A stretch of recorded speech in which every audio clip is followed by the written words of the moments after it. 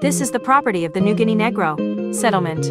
If you made it here safely after escaping slavery, you were protected from slave hunters by the Freemans and Colonel John Hardenberg. It would be the perfect starting point for a much-needed neighborhood overhaul. Around 1893, 118 Osborne Street, right where the Lizette Street Bridge came out. It was a gas station, but the EPA shut it down because the tanks were too close to the river.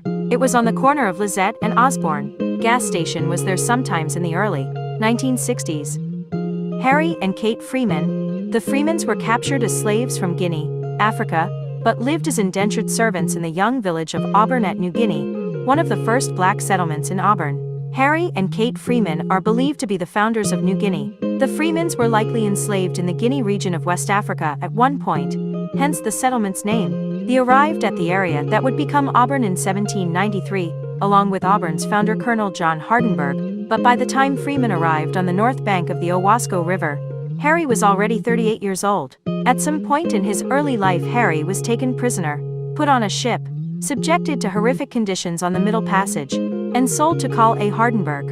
English was not Harry's first language, Christianity was not his religion, and Harry was not his name. Yet under the threat of violence, he adapted. Harry was manumitted at the age of 51 upon death of Carl Hardenberg, and took the lame Freeman River along present-day Osborne Street.